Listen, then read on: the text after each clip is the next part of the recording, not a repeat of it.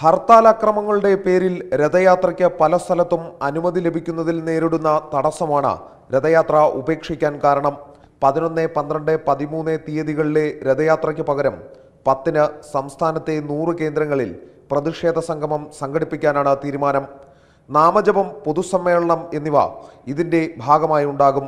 സമരരൂപങ്ങളിലും കാര്യമായ മാറ്റം കർമ്മസമിതി വരുത്തിയിട്ടുണ്ട്.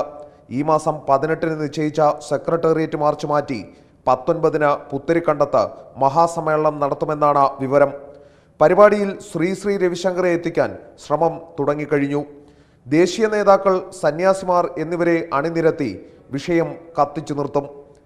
അതേസമയം 15-ന് കേരളത്തിലെത്തുന്ന പ്രധാനമന്ത്രിയുമായി കർമ്മസമിതി ഭാരവാഹികൾ കൂടിക്കാഴ്ച നടത്താൻ നിശ്ചയിച്ചിട്ടുണ്ട്. സംസ്ഥാനത്തെ നിലവിലെ സാഹചര്യവും 22-ലെ വിധി അനുകൂലമല്ലെങ്കിൽ സ്വീകരിക്കേണ്ട നടപടികളും ചർച്ചയാകും. ഇതിനിടെ തന്ത്രിയെ മാറ്റുമെന്ന സർക്കാർ മുന്നറിയിപ്പിനെതിരെ താഴമൺ മഠം രംഗത്തെത്തി. ദേവസ്വം ബോർഡല്ല തന്ത്രിയെ നിയമിച്ചതെന്നും പാരമ്പര്യമായി ലഭിച്ചതിനാൽ സർക്കാരിന് ഒന്നും ചെയ്യാനാകില്ലെന്നും താഴമൺ മഠത്തിന്റെ മറുപടിയിൽ പറയുന്നു. എസ് ശ്രീകാന്ത്, 24, തിരുവനന്തപുരം. വാർത്തകളുടെ ലോകത്ത് വജ്രമൂർച്ചയുമായി എത്തിയ 24 ഇപ്പോൾ നിങ്ങളുടെ സ്മാർട്ട് ഫോണിലും സ്മാർട്ട് ടിവിയിലും. DTHO കേബിൾ കണക്ഷനോ ഇല്ലെങ്കിൽ പോലും ഇപ്പോൾ നിങ്ങളുടെ സ്മാർട്ട് ടിവിയിൽ ഇന്റർനെറ്റ് ഉപയോഗിച്ച് യൂട്യൂബ് ആപ്പിലൂടെ 24 ന്യൂസ് ചാനൽ നിങ്ങൾക്ക് ലൈവായി കാണാം.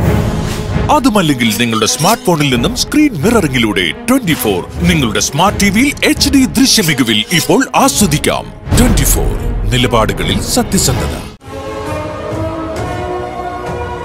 This is 24.